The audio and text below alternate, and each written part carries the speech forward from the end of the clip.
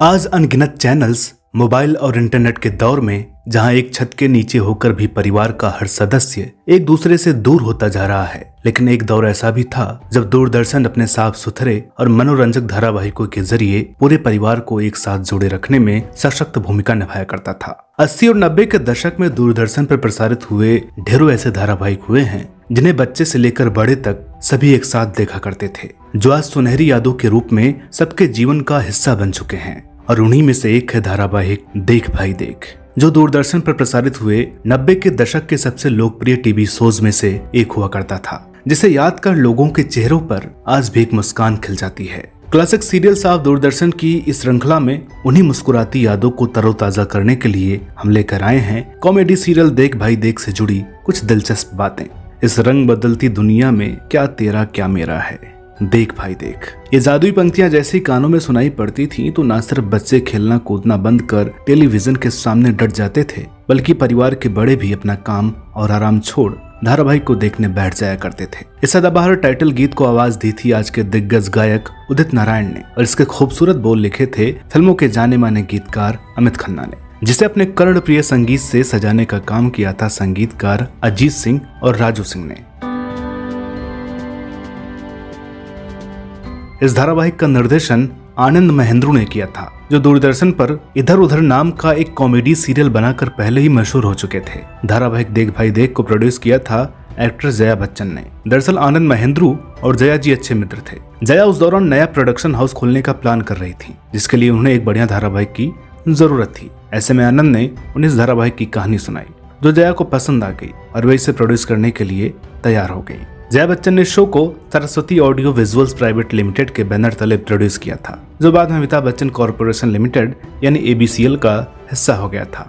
ये पहला ऐसा टीवी शो था जो कि मल्टी कैमरा सेटअप पर फिल्माया गया था। देख भाई देख सीरियल की शुरुआत 6 मई 1993 में हुई थी और 11 अगस्त 1994 को ये शो बंद हो गया था। इस सुपरहिट शो के कुल 65 एपिसोड बनाए गए थे। आज के दौर में जहां हर कामयाब शो के कई सीजन बना दिए जाते हैं, वही शो का सिर्फ एक ही सीजन बना। समय समय पर इसका रिपीट टेलीकास्ट जरूर हुआ, जिसने दर्शकों के जहन में गुजरे दिनों की यादों को ताजा करने का काम किया। इस धारावाहिक में बेहद चुलबुली और जिंदा दिल दीवान फैमिली के 3 जनरेशन की कहानी दिखाई गई है। एक ऐसा संयुक्त परिवार जहां सभी मिलजुल कर रहते हैं, बड़ा हो या बच्चा, मालिक हो या नौकर, यहाँ सभी की अपनी रिस्पेक्ट है। पारिवारिक मूल्यों पर आधारित इस मनोरंजक शो में सदस्यों को एक दूसरे के साथ हंसी मजाक और नोकझोंक दर्शकों को गुदगुदाने का काम करता है। जो आपस में लड़ते भी हैं तो एक दूसरे पर जान भी छिड़कते हैं। सीरियल के निर्देशक आनंद महेंद्रू कहते हैं कि सीरियल की कहानी की प्रेरणा उन्हें अपने खुद के परिवार से मिली थी। वे बताते हैं कि उनका परिवार भी इसी तरह का था। उनका परिवार भी इसी तरह हंसी खुशी एक साथ रहा करता था। उन्होंने बताया कि फरीदा जलाल का किरदार उन्होंने अपनी माँ के ऊपर ही लिखा था। इस धारावाहिक में दादाजी दुर्गादास दीवान और दादी जी सरला दीवान के परिवार की कहानी को दिखाया गया है। दादा दुर्गादास दीवान के रूप में एक्टर NK शिवपुरी और दादी सरला दीवान के रूप में सुषमा सेठ नजर आई थी। शो में दोनों की नोक-झोंक देखकर सभी हंस पड़ते थे, क्योंकि दादी के आगे दादा की नहीं चल पाती थी। शो में इनके बड़े बेटे बलराज दीवान की भूमिका में एक्टर नवीर निश्चल नजर आए थे, जो एक बड़ी कंपनी के ऑफिसर बने थे। उनकी ब्यूटिशियन पत्नी सुहासिनी दीवान की भूमिका निभाई थी एक्ट्रेस फरीदा जलाल ने। इस शो के जरिए फरीदा जलाल को जबरदस्त लोकप्रियता मिली थी। शो में उनका तकिया कलाम हाय हाय क्यों उस दौर में खूब मशहूर हुआ था। दूसरे बेटे समीर दीवान की भूमिका में शेखर सुमन नजर आए थे, जो एक ट्रेवल एजेंसी के मालिक बने थे।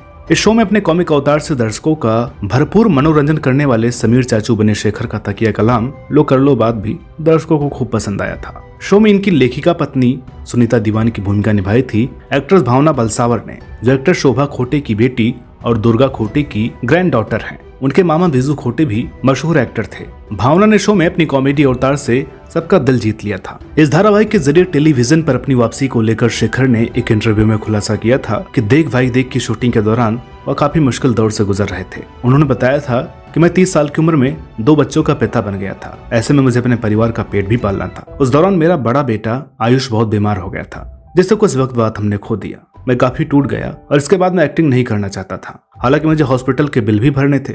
ऐसे में मेरे पास दूसरा कोई ऑप्शन नहीं था। शेखर सुमन कहते हैं कि मेरे पास पैसे खत्म हो गए थे और मुझे अपना भविष्य खतरे में लग रहा था। मैं टीवी में काम करना चाहता था, क्योंकि उस वक्त फिल्मी सितारों का टीवी सीरियल में काम करना अच्छा नहीं माना जाता था। खैर शो में शेखर के कॉमिक अंदाज को दर्शकों ने खूब पसंद किया था। शो में सबसे छोटे बेटे साहिल दीवान की भूमिका को अमर उपाध्याय ने निभाया था। हालांकि अमर को असल लोकप्रियता क्योंकि सास भी कभी बहू थी में मिहिर के किरदार से मिली थी। इस शो में छोटी नानी के मजाकिया किरदार में बीते जमाने की अभिनेत्री शमी जी भी नजर आई थी, जो फिल्म इंडस्ट्री में शमी आंटी के नाम से मशहूर थी। इस शो में नौकर करीमा का भी एक महत्वपूर्ण किरदार था, जिसे निभाया था कॉमेडियन एक्टर देवेन भोजानी ने। इस शो में देवेन का किरदार इतना खास था कि उनके बगैर कोई भी एपिसोड पूरा नहीं हो सकता था। शो में थर्ड जनरेशन की मुख्य भूमिकाओं में नजर आए थे एक्टर विशाल सिंह और नताशा सिंह, जिन्होंने नवीन निश्चल के टीनेजर बच्चों की भूमिका निभाई थी। विशाल इस धारावाहिक से पहले मिर्जा गालिब और गुल गुलशन गुलफाम जैसे धारावाहिकों के जरिए अपनी पहचान बना चुके थे। शो में परिवार के सबसे छोटे बच्चों के किरदार में सनी सिंह और करिश्मा आचार्य जैसे चाइल्ड आर्टिस्ट भी नजर आए थे। शो में विशाल सिंह की गुस्सैल गर्लफ्रेंड शिल्पा की भूमिका में एक्ट्रेस उर्वशी ढोलकिया नजर आई थी। दोस्तों इस धारावाहिक के कई एपिसोड में जाने माने कॉमेडियन एक्टर लिलीपुट भी नजर आए थे, जो हर बार अलग अलग किरदार लेकर आते और अपनी छाप छोड़ जाते। उनका नाक से बोलना देख भाई समीर भाई सुन के सभी की हंसी छूट जाया करती थी। कम लोगों को पता होगा कि एक्टर लिलीपुट एक उम्दा राइटर भी हैं और इस धारावाहिक के संवाद भी इन्होंने ही लिखे थे। यहाँ तक कि शो के कई एपिसोड भी लिलीपुट द्वारा ही लिखे गए थे। डायरेक्टर आनंद महेंद्रू देख भाई देख की कामयाबी का श्रेय लिलीपुट को भी देते हैं। इस शो में क्लासिक सीरियल फरमान के जरिए लोगों का दिल जीतने वाली एक्ट्रेस दीपिका अमीन भी एक विशेष भूमिका में नजर आई थी। उन्हें खास एपिसोड में शो की किरदार कीर्ति यानी नताशा सिंह की लंदन रिटर्न फ्रेंड ऋचा के रूप में दिखाया गया था। इन एक्टर्स के अलावा इस शो के बीच बीच में दिव्या सेठ, सतीश शाह, डेजी रानी, बेनू कलसी, राखी टंडन, मोना अम्बे गांवकर, अनंत महादेवन, मुश्ताक मर्चेंट, अली खान, राकेश थरेजा, अनन्या खरे और अरहान सिंह जैसे ढेरों एक्टर्स भी छोटे छोटे किरदारों में लोगों को हंसाते हुए नजर आ जाया करते थे। दोस्तों इस धारावाहिक का टाइटल भी बेहद दिलचस्प है। इसका टाइटल देख भाई देख कैसे पड़ा, दरअसल इसके पीछे भी एक कहानी है। एक इंटरव्यू के दौरान शो के निर्देशक आनंद महेंद्रू ने शो के टाइटल के पीछे की पूरी कहानी बताई थी। उन्होंने बताया था कि आगरा में उनके एक दोस्त थे जिनका नाम था ओपी अग्रवाल, जिन्हें वो प्यार से चाचा बोला करते थे। हर बात को बेहद फनी अंदाज में बोलने वाले ओपी जी बहुत मीठा बोलते थे।